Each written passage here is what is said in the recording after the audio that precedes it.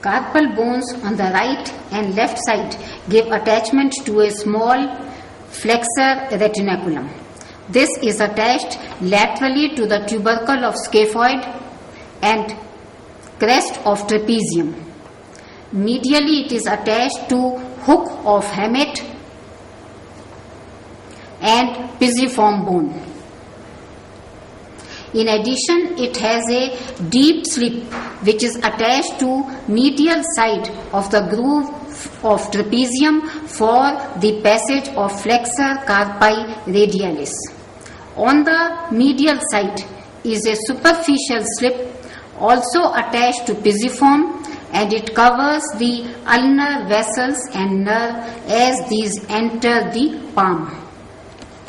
Structures passing superficial to flexor retinaculum from medial to lateral side are ulnar nerve, ulnar vessels, palmar cutaneous branch of ulnar nerve, tendon of palmaris longus, and palmar cutaneous branch of median nerve. Structures passing deep to flexor retinaculum are tendon of flexor pollicis longus in the synovial sheath, 8 tendons of flexor digitorum superficialis and flexor digitorum profundus, 4 each. Median nerve lying superficial to the tendons. The tendon of flexor carpi radialis is passing between the superficial and deep slip of the flexor retinaculum. Flexor retinaculum on lateral side gives attachment to muscles of thinner eminence. These are abductor pollicis brevis, flexor pollicis brevis, and opponens pollicis. Adductor pollicis is not a muscle of thinner eminence, as it is not responsible for the eminence due to its deep position. Flexor retinaculum on medial side gives attachment to 3 similar muscles of hypothenar eminence. These are abductor digiti minimi, flexor digiti minimi, and opponens digiti minimi. Adductor pollicis arises from capitate, base of second and third metacarpals as oblique head, and from shaft of third metacarpal as transverse head. The 2 heads get inserted into the medial side of base of proximal phalanx of the thumb. 4 tendons of flexor digitorum superficialis pass deep to the flexor retinaculum, pass across the palm. At the respective metacarpophalangeal joints of 2nd to 5th digits, each tendon gets perforated by tendon of flexor digitorum profundus, so that the tendon of flexor digitorum superficialis gets divided into 2 slits to be inserted into sides of shaft of middle phalanx. Thus, flexor digitorum superficialis has 8 slips of insertion, 2 each into 2nd to 5th digits. The tendon of flexor digitorum superficialis is perforated by tendon of flexor digitorum profundus and gets divided into 2 to get inserted into the shaft of the middle phalanx, and tendon of profundus gets inserted into the base of the distal phalanx.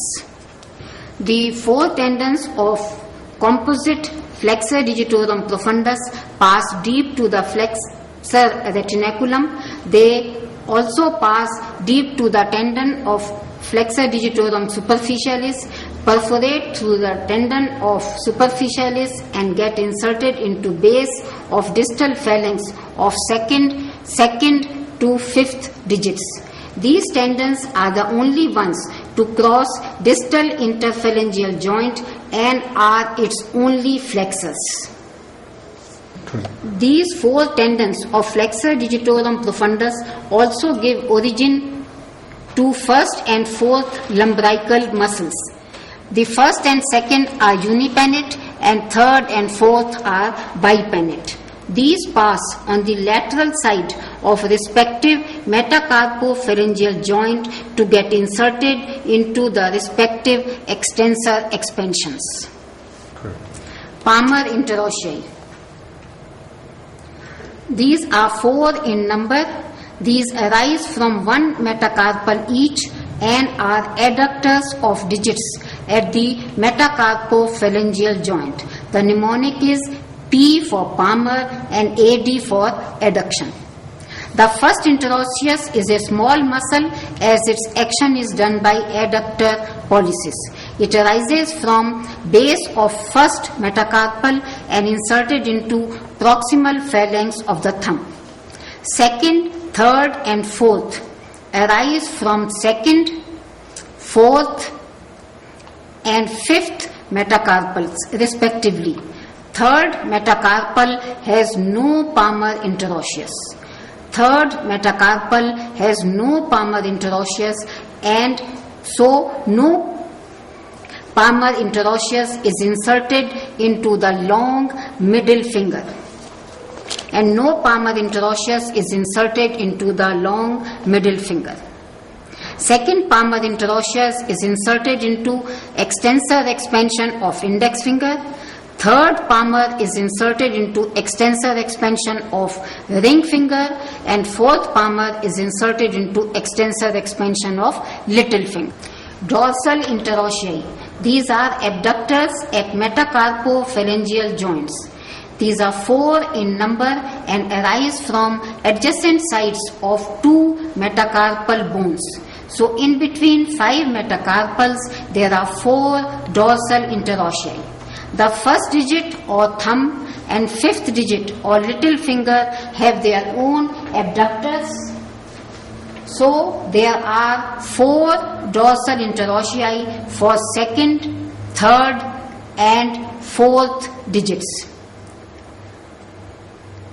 Excess of abduction and adduction of digits passes through the middle finger or the third digit.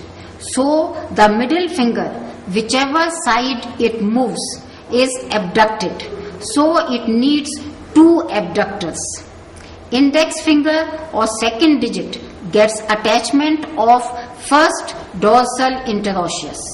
Middle finger or third digit gets attachment of second dorsal interosseous on lateral side and third dorsal interosseous on medial side. Ring finger or fourth digit gets attachment of fourth dorsal interosseous. So second, third and fourth digits. Second, third and fourth digits, middle 3 digits get insertion of first, second, third and fourth dorsal interosseous. Middle finger gets 2 dorsal interosseous.